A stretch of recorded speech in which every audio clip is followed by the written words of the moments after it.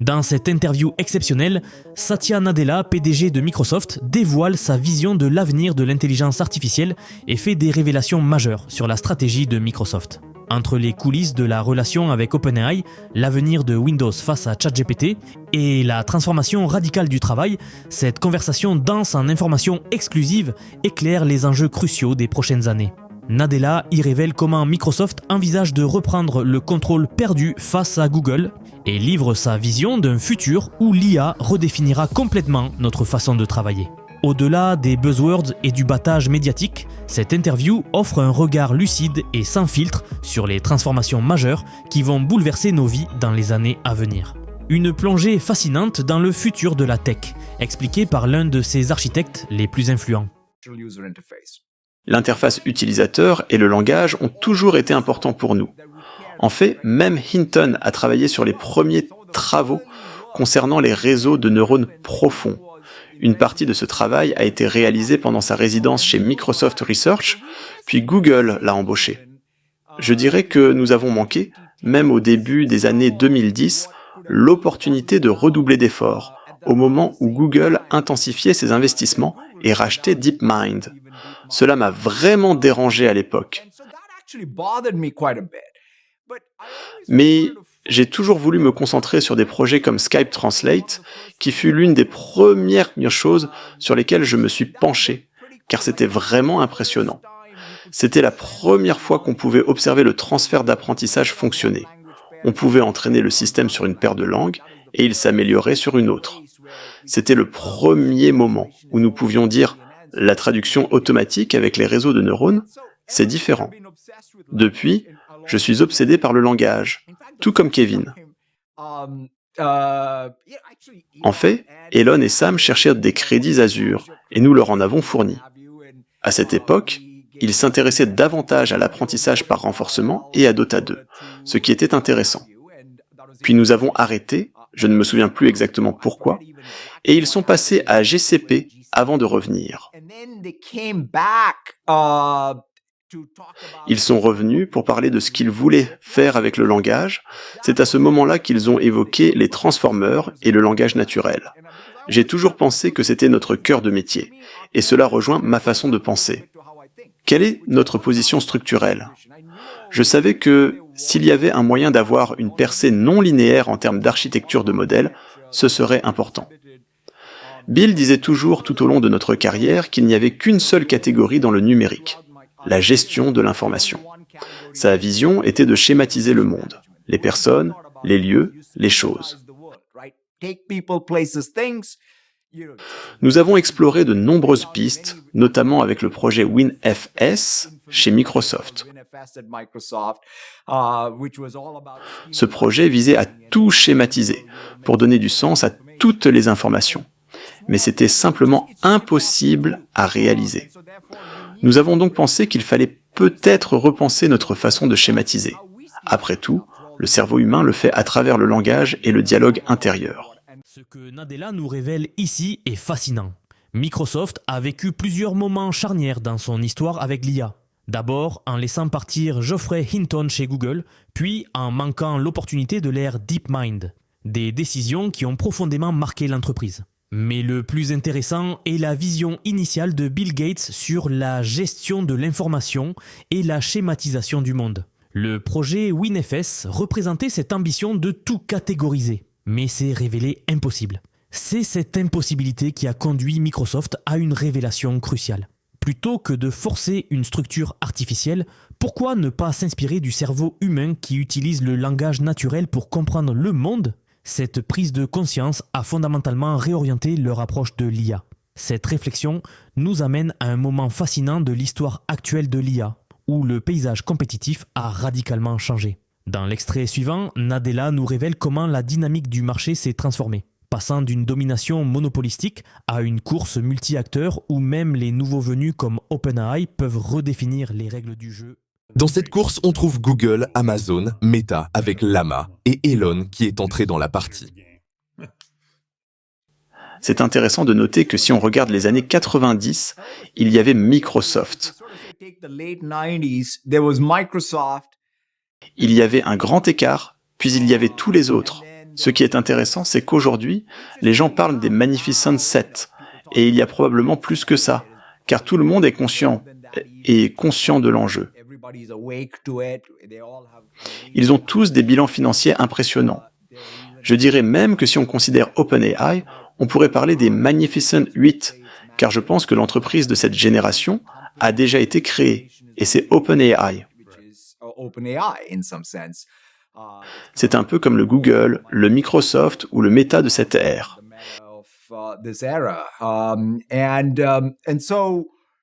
Il y a plusieurs aspects à considérer, et je pense que la compétition sera très intense. Je ne pense pas non plus que ce sera un marché où le gagnant rafle tout, même si certaines catégories pourraient fonctionner ainsi. Par exemple, côté hyperscale, ce n'est absolument pas le cas. Le monde exigera, même en dehors de la Chine, de multiples fournisseurs de modèles frontiers répartis dans le monde entier. En fait, c'est l'une des meilleures positions structurelles. La révélation de Nadella sur l'état actuel de la compétition dans l'IA est saisissante. Contrairement aux années 90 où Microsoft dominait seul le marché tech, nous assistons aujourd'hui à une course multi-acteurs beaucoup plus équilibrée. Ce qui est particulièrement fascinant, c'est l'émergence d'OpenAI comme potentiel 8e géant, une start-up qui s'est hissée au niveau des GAFAM en à peine quelques années. Mais Nadella insiste sur un point crucial. Contrairement aux précédentes révolutions technologiques, il n'y aura pas de « winner takes all ». Le monde exigera plusieurs fournisseurs de modèles d'IA de pointe, notamment pour des raisons de distribution géographique et de souveraineté technologique. Cette nouvelle dynamique de marché soulève une question fondamentale. Comment ces différents acteurs vont-ils se différencier et innover ? Dans l'extrait suivant, nous allons découvrir comment la compétition féroce entre ces géants se manifeste à différents niveaux de la stack technologique et comment même les nouveaux entrants peuvent redéfinir les règles du jeu. Il y aura une concurrence féroce entre les 7, 8, 9 ou 10 d'entre nous à différents niveaux de la chaîne technologique. Comme je le dis toujours à notre équipe, il faut surveiller celui qui viendra apporter quelque chose de nouveau. C'est le jeu auquel vous participez tous. On cherche toujours à repérer le nouvel entrepreneur qui surgira de nulle part. Je dirais que OpenAI est l'une de ces entreprises qui a désormais atteint sa vitesse de libération. Si on parle de la couche applicative, commençons par l'IA grand public. Satya, Bing est une très grande entreprise. Nous avons discuté des 10 liens bleus, qui étaient peut-être le meilleur modèle économique de l'histoire du capitalisme. Mais il est massivement menacé par une nouvelle modalité où les consommateurs veulent simplement des réponses. Par exemple, mes enfants se demandent « Pourquoi irais-je sur un moteur de recherche quand je peux avoir directement des réponses ?» Alors, pensez-vous que Google et Bing puissent continuer à développer leurs activités de recherche traditionnelles à l'ère des réponses directes ? Et que doivent faire Bing ou vos efforts grand public sous la direction de Mustapha pour rivaliser avec ChatGPT, qui semble vraiment avoir percé du point de vue des consommateurs ?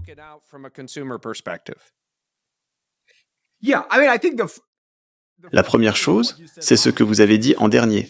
Le chat rencontre les réponses, et c'est ChatGPT, à la fois la marque et le produit. Et cela devient stateful, je veux dire, ChatGPT n'est plus comme la recherche qui était stateless. Il y avait un historique de recherche, mais c'est tout. Ces agents auront beaucoup plus d'état, en effet. C'est pourquoi j'étais si ravi. J'essayais d'obtenir un accord de recherche avec Apple depuis environ 10 ans. Alors quand Tim a finalement conclu un accord avec Sam, j'étais la personne la plus heureuse. Nadella met en lumière un moment critique dans l'évolution de l'IA. Au-delà de la simple compétition entre les géants technologiques, nous voyons émerger une nouvelle forme d'interaction avec la technologie. ChatGPT représente plus qu'un simple produit. C'est l'émergence d'un nouveau paradigme où le chat devient l'interface principale avec l'information. Ce changement est si fondamental qu'Apple, après 10 ans de résistance, a finalement choisi de s'allier avec OpenAI plutôt que de maintenir le statu quo. Ce qui est particulièrement intéressant, c'est l'évolution vers des agents stateful qui maintiennent un contexte et une mémoire, contrairement aux recherches traditionnelles sans état. Mais ce bouleversement soulève une question cruciale. Comment les acteurs établis comme Google, avec leur position dominante dans la recherche, vont-ils s'adapter à cette transformation ? Dans l'extrait suivant, nous allons découvrir pourquoi la distribution et les habitudes des utilisateurs restent des atouts majeurs et comment la vraie bataille pourrait se jouer sur le terrain des transactions commerciales. Très rapidement, j'aimerais juste vous parler d'un nouveau projet que j'ai. Vous savez qu'ici on parle souvent d'IA. Mon but est avant tout de faire découvrir cette magnifique technologie au plus grand nombre et surtout d'éveiller les consciences par rapport à l'IA. Car je ne sais pas vous, mais moi, lorsque j'en parle autour de moi, les gens ne sont pas très conscients de ce qui arrive vraiment. Mais comme je l'ai souvent dit, je ne fais jamais de placement de produits sur la chaîne, car je veux la garder quand même la plus authentique possible. C'est pour cela que j'ai créé une formation si vous voulez apprendre à utiliser l'IA dans tous les domaines de votre vie. D'ailleurs, si vous regardez la vidéo, je pense qu'il y a de grandes chances que vous utilisiez déjà l'IA, notamment ChatGPT par exemple. Eh bien, si vous voulez pousser beaucoup plus loin votre réflexion et apprendre à maîtriser tous les outils IA et comment exactement les appliquer à votre vie, vous pouvez regarder le lien que je vais vous laisser soit en description, soit en commentaire, soit les deux. Donc n'hésitez pas à y faire un tour si vous êtes intéressé par le sujet. Je tiens juste à préciser que vous aurez également accès à la communauté Vision IA, où nous sommes toute une série de passionnés dans le monde de l'IA et nous discutons régulièrement de comment appliquer l'IA dans vos domaines respectifs. Voilà, désolé pour la petite coupure, on ne perd pas plus de temps et je vous rappelle que si vous êtes intéressé, vous trouverez les liens en dessous. Google a un avantage énorme. Ils ont la distribution sur Apple. Ils sont le moteur par défaut. Ils sont évidemment aussi le moteur par défaut sur Android. Et les habitudes ne disparaissent que pas. Je veux dire, le nombre de fois où vous allez simplement dans la barre URL du navigateur pour taper votre requête. Même maintenant, même si je veux aller sur Copilot. D'ailleurs, mon utilisation est principalement sur Copilot. Et quand je réfléchis à Bing par rapport à Copilot, c'est intéressant. Pour la navigation simple, je vais sur Bing, mais pour à peu près tout le reste, je vais sur Copilot. Ce changement est en train de se produire universellement. Nous sommes peut-être à 1 ou 2 agents dédiés au shopping ou au voyage, de voir même les requêtes commerciales basculer. C'est à ce moment-là que les digues céderont pour la recherche traditionnelle, quand l'intention commerciale migrera aussi. Pour l'instant, l'activité a résisté, car l'intention commerciale n'a pas migré. Mais une fois qu'elle migrera, tout basculera soudainement. C'est donc un changement séculaire. Dans l'univers de Mustapha, nous gérons 3 propriétés. Il y a Bing, MSN et Copilot. En fait, il a une vision claire de ces 3 éléments, qui forment tous un seul écosystème. L'un est un flux.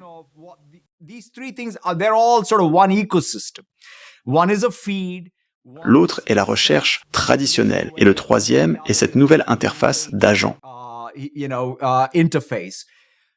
Ils ont tous un contrat social avec les fournisseurs de contenu. Nous devons générer du trafic, gérer les paywalls, peut-être avoir des modèles financés par la publicité. C'est ce que nous essayons de gérer.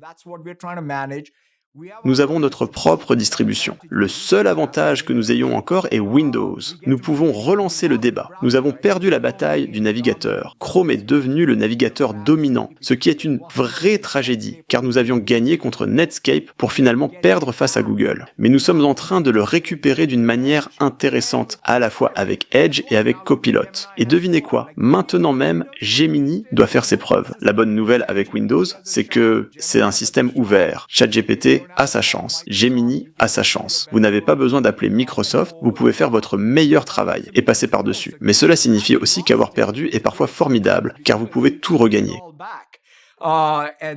Donc, pour moi, même la distribution Windows, je dis toujours que Google gagne plus d'argent sur Windows que tout Microsoft, littéralement. Dans cet extrait fascinant, Nadella révèle la complexité de la transition vers l'IA. D'un côté, Google maintient sa domination grâce à sa position par défaut sur iOS et Android, renforcée par la force des habitudes des utilisateurs qui continuent à taper leurs requêtes dans la barre URL. De l'autre, un changement profond s'opère avec l'émergence d'outils comme Copilot. Mais le véritable point de bascule n'est pas encore atteint. Il surviendra lorsque les agents IA commenceront à gérer les transactions commerciales. Ce qui est particulièrement intéressant, c'est la stratégie de Microsoft avec Windows comme système ouvert. Une approche qui, paradoxalement, transforme leur défaite historique face à Chrome en opportunité de reconquête grâce à l'IA. Mais cette évolution soulève une question fondamentale. Comment gérer les interactions entre ces différents agents IA? Dans l'extrait suivant, nous allons découvrir les défis majeurs que pose l'autorisation des transactions autonomes et comment le modèle économique traditionnel du web pourrait être complètement bouleversé. En parlant de recherche et de commerce, la question se pose. Est-ce que Booking.com laissera Gemini effectuer des transactions sans leur permission ou leur connaissance? C'est la question la plus intéressante, je pense. Dans une certaine mesure, on ne sait pas exactement comment cela va se passer. Il y a une approche un peu.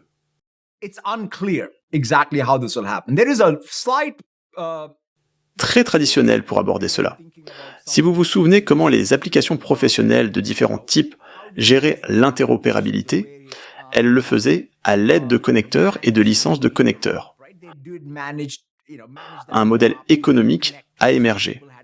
SAP en est l'exemple le plus classique. Vous pouviez accéder aux données SAP tant que vous aviez les connecteurs. Une partie de moi pense que quelque chose de similaire émergera quand l'interface agent à agent se développera. Something like that will emerge as when agent-to-agent interface occurs. Ce qui se passera côté grand public n'est pas clair car l'échange de valeur reposait beaucoup sur la publicité et le trafic, et certaines de ces choses disparaissent dans un monde d'agents. Je pense que le modèle économique est encore flou du côté grand public, mais côté entreprise, je pense que tout le monde dira « Pour agir dans mon espace d'action ou obtenir des données de mon schéma, il faut une interface avec mon agent qui soit sous licence. » Or to get data out of my sort of schema, so to speak, there is some kind of an interface to my agent that is licensed, so to speak. C'est pour cela qu'aujourd'hui, par exemple, quand je vais sur Copilot chez Microsoft, j'ai des connecteurs vers Adobe, vers mon instance SAP, et évidemment vers notre CRM qui est Dynamics. C'est fascinant en fait. Quand était la dernière fois que l'un d'entre nous est vraiment allé dans une application professionnelle? Nous avons des licences pour toutes ces applications SaaS. Nous les utilisons à peine et quelqu'un dans l'organisation y saisit des données. Mais à l'ère de l'intelligence artificielle, l'intensité augmente car toutes ces données sont maintenant facilement accessibles. Vous pouvez faire des requêtes. Je peux littéralement dire « Je vais rencontrer Bill. Parlez-moi de toutes les entreprises dans lesquelles Benchmark a investi. » Ça prend le web, tout ce qui est dans ma base de données CRM, rassemble tout et me donne une note. Donc dans une certaine mesure, tout cela peut être monétisé par nous et par ces connecteurs. Mais plus explicitement, ce qui pourrait arriver très rapidement, car on en parle déjà, autoriserait-on ChatGPT sur Windows à simplement commencer à ouvrir des applications au hasard? C'est une question intéressante. Cette utilisation par-dessus le système. Qui va autoriser cela? Est-ce l'utilisateur ou le système d'exploitation? Sur Windows, il n'y a franchement rien que je puisse faire pour l'empêcher. Nadella expose un des plus grands défis de l'ère de l'IA. Comment gérer les interactions entre les agents IA et les systèmes existants?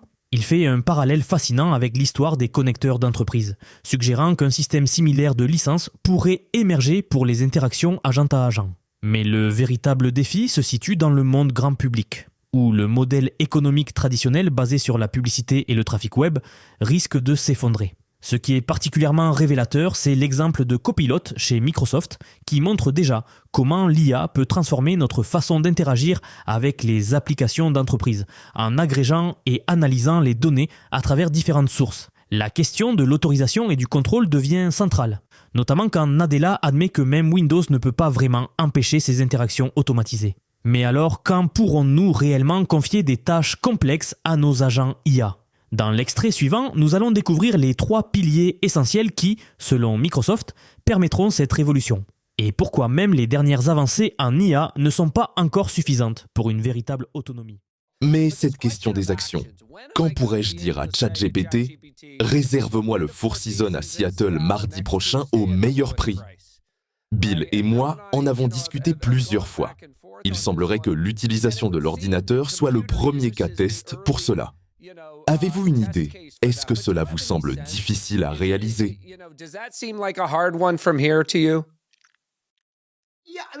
L'espace d'action le plus ouvert reste difficile, mais il y a 2 ou peut-être 3 choses vraiment excitantes au-delà de ça.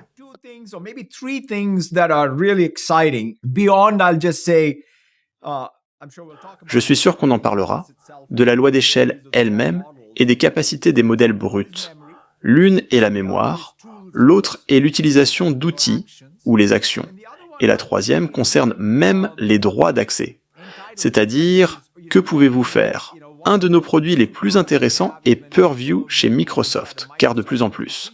Quelles sont vos permissions? À quoi pouvez-vous accéder? Vous devez pouvoir accéder aux choses de manière sécurisée. Quelqu'un doit en avoir la gouvernance.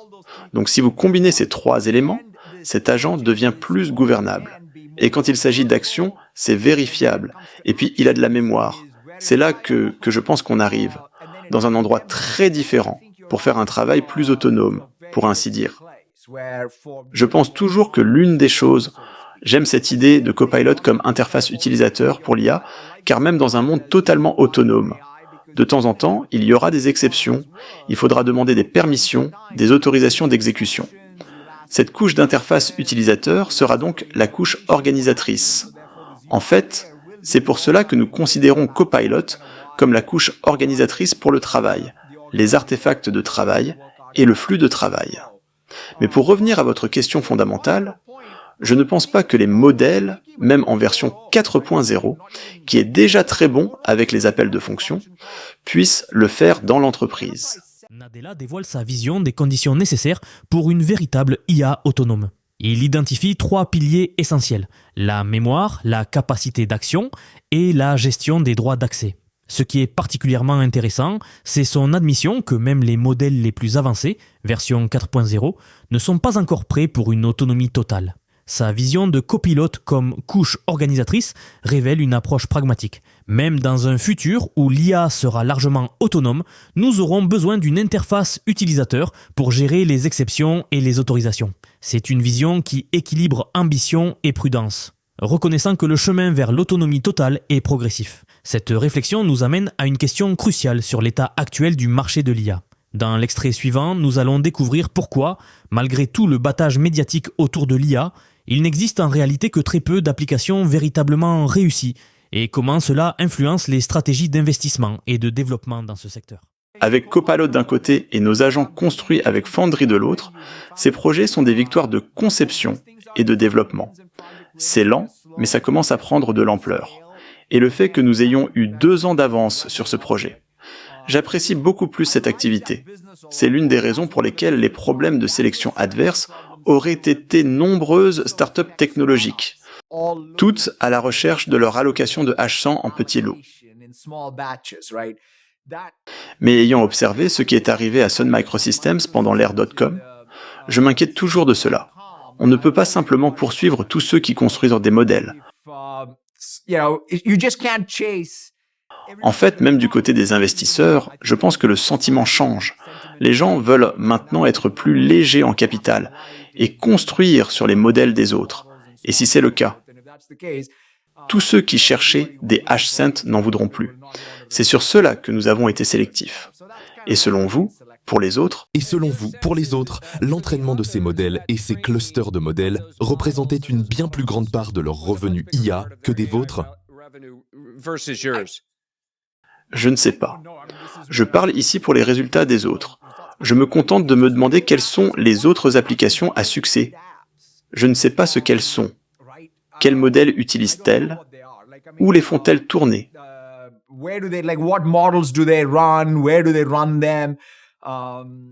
Je veux dire, évidemment, il y a Gemini de Google. Mais quand je regarde les chiffres d'utilisation de ces produits d'IA, il y a ChatGPT. Et puis, même pour Gemini, je suis très surpris par les chiffres.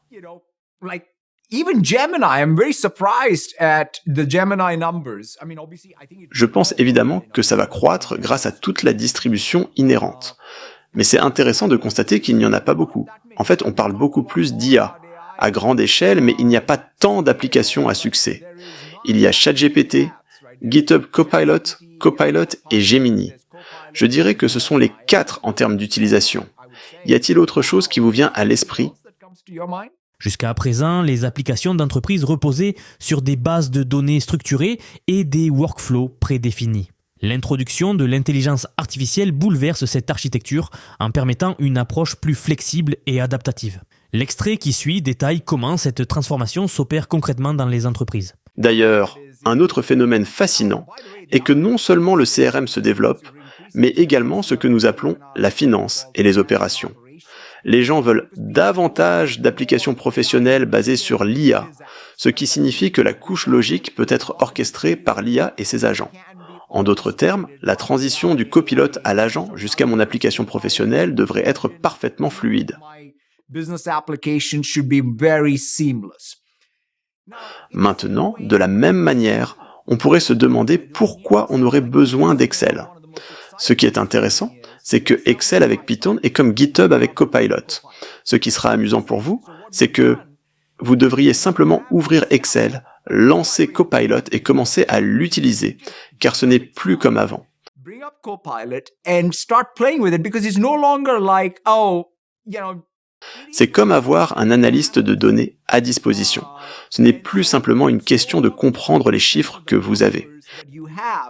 Il établira le plan pour vous, exactement comme GitHub Copilot Workspace, crée le plan puis l'exécute. C'est comme une application de données. Cette réorganisation complète de l'architecture logicielle soulève une question cruciale, son financement. Les chiffres en jeu sont vertigineux. Microsoft prévoit de faire passer ses investissements en infrastructure de 20 milliards de dollars en 2020 à potentiellement 70 milliards en 2025. Ces montants posent plusieurs questions fondamentales. Comment justifier de tels investissements? Quel retour attendre? Comment gérer cette croissance explosive des coûts? Le secteur technologique n'a jamais connu une telle intensité capitalistique. Traditionnellement, les entreprises de logiciels se caractérisaient par des marges élevées et des besoins en capital relativement faibles. L'ère de l'intelligence artificielle change complètement cette équation. L'extrait suivant analyse en détail cette nouvelle réalité financière et ses implications. It's top of mind and top of mind. C'est une priorité absolue, tant pour nous chez Microsoft que pour nos clients. Voici comment je vois les choses. J'ai beaucoup appris sur ce qui s'est passé dans les entreprises industrielles avec le Lean. C'est fascinant. Leur croissance dépasse le PIB. C'est incroyable. Les bonnes entreprises industrielles peuvent littéralement dire qu'elles vont ajouter 2 à 300 points de base de croissance, juste grâce au Lean, qui consiste à augmenter la valeur et réduire le gaspillage. C'est la pratique. Je considère donc l'IA comme le Lean du travail intellectuel. Nous l'étudions vraiment en profondeur. C'est pourquoi je pense que la réingénierie des processus métiers des années 90 est de retour, mais d'une nouvelle façon, où les gens peuvent penser les flux de processus de bout en bout et réfléchir à l'efficacité des processus, à ce qui peut être automatisé et rendu plus efficace.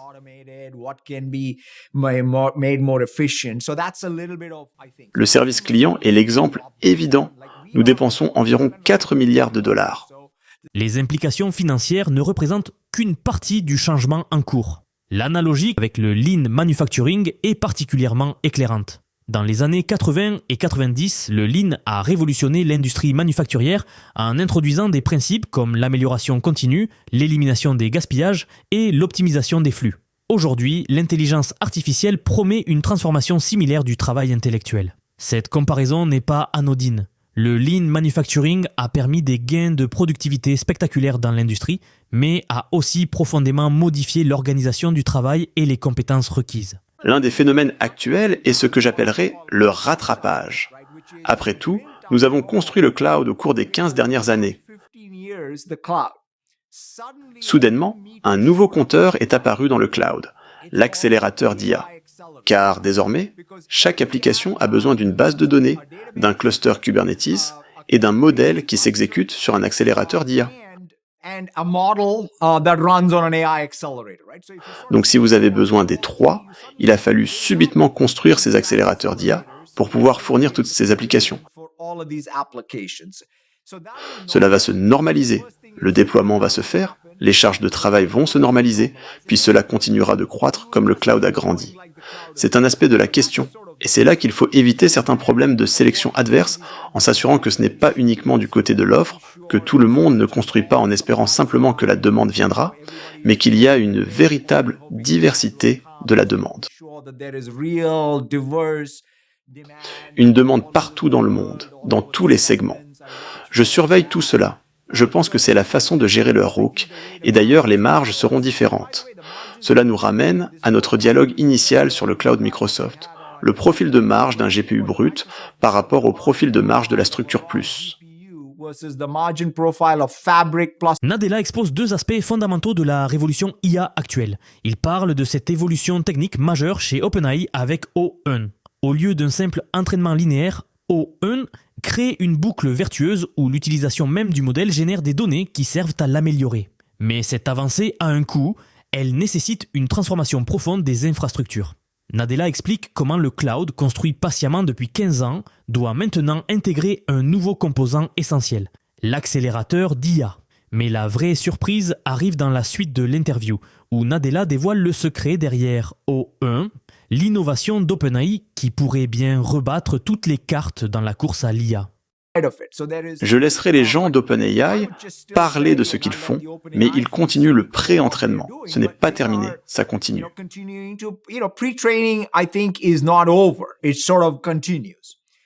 Mais ce qui est passionnant, comme OpenAI et Sam l'ont évoqué ouvertement, c'est ce qu'ils ont fait avec O1, cette chaîne de pensée avec l'auto-évaluation. C'est fantastique. En fait, c'est essentiellement le temps de calcul d'inférence qui devient une nouvelle loi d'échelle. Vous avez le pré-entraînement, puis cet échantillonnage en temps de test qui crée des tokens qui peuvent être réinjectés dans le pré-entraînement, créant des modèles encore plus puissants qui s'exécutent ensuite sur votre inférence. C'est une façon fantastique d'augmenter les capacités du modèle. La bonne nouvelle concernant le calcul en temps de test ou d'inférence est que l'exécution de ces modèles hauts implique deux choses distinctes. L'échantillonnage est comme l'entraînement lorsqu'il est utilisé pour générer des tokens pour l'apprentissage. Les défis techniques exposés dans l'extrait précédent expliquent l'émergence de nouveaux modèles de collaboration dans l'industrie de l'IA. La puissance de calcul nécessaire, les investissements colossaux et la complexité croissante des modèles poussent même les plus grandes entreprises à repenser leur stratégie d'innovation. Nous passons d'un modèle de développement vertical intégré à des écosystèmes de partenariats stratégiques. Cette évolution bouleverse les relations traditionnelles entre acteurs du secteur. Les frontières entre partenaires et concurrents deviennent floues. Les entreprises doivent désormais gérer des relations complexes où elles partagent propriété intellectuelle, infrastructures et talents. Cette nouvelle réalité soulève des questions cruciales. Comment protéger ses intérêts tout en collaborant efficacement? Comment valoriser les apports de chaque partie? Comment gérer les divergences stratégiques qui émergent inévitablement? L'extrait qui suit examine ces questions à travers le prisme d'une des collaborations les plus scrutées de l'industrie, celle entre Microsoft et OpenAI. Cette relation illustre parfaitement les opportunités et les tensions inhérentes à ces nouveaux modèles de partenariat. Elle révèle aussi comment les géants technologiques tentent de concilier leurs ambitions individuelles avec la nécessité d'une collaboration à grande échelle dans le développement de l'IA. La chose qui nous tient profondément à cœur est qu'OpenAI continue de réussir. C'est dans notre intérêt. Je pense aussi que c'est une entreprise emblématique de ce changement de plateforme. Le monde se porte mieux quand OpenAI réussit, c'est donc notre position fondamentale. Ensuite, concernant votre point sur les tensions, comme dans tous ces partenariats, il y a cette tension de compétition.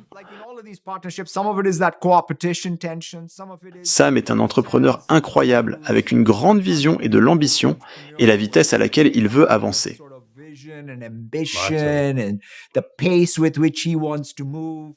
Nous devons donc trouver un équilibre.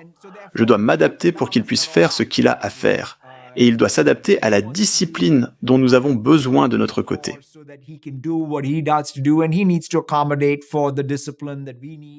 Compte tenu des contraintes globales que nous pouvons avoir, je pense que nous y arriverons. La bonne nouvelle dans cette configuration, c'est que nous avons fait beaucoup de chemin. Ces 5 années ont été excellentes pour eux, comme pour nous. Pour ma part, je vais continuer dans cette direction, et je veux la prolonger aussi longtemps que possible. Il est dans notre intérêt d'avoir un partenariat stable sur le long terme.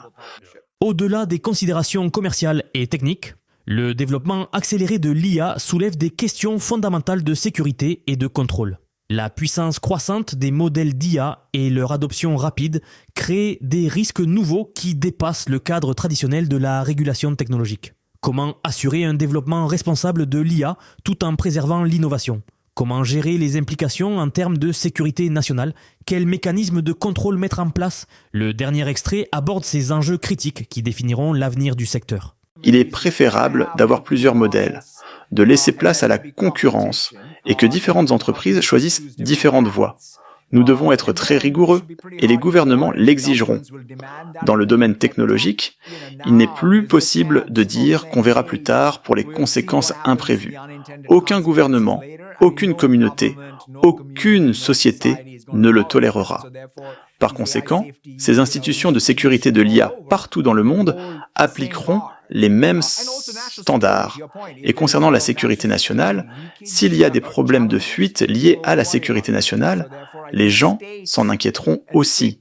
Donc je pense que les États et la politique publique auront beaucoup à dire sur ces modèles et à quoi ressemblera le régime réglementaire. Cet entretien met en lumière les multiples dimensions de la révolution de l'intelligence artificielle en cours. Nous assistons à une transformation profonde qui touche simultanément les aspects techniques, organisationnels, financiers et réglementaires. Les changements décrits redessinent les contours de l'industrie technologique et posent les bases d'une nouvelle ère économique. Cette transformation soulève des questions cruciales pour l'avenir. Comment gérer la concentration croissante des ressources nécessaires au développement de l'IA ? Comment assurer un accès équitable à cette technologie ? Comment contrôler son développement tout en préservant l'innovation ? Les réponses à ces questions détermineront la forme que prendra cette révolution technologique dans les années à venir.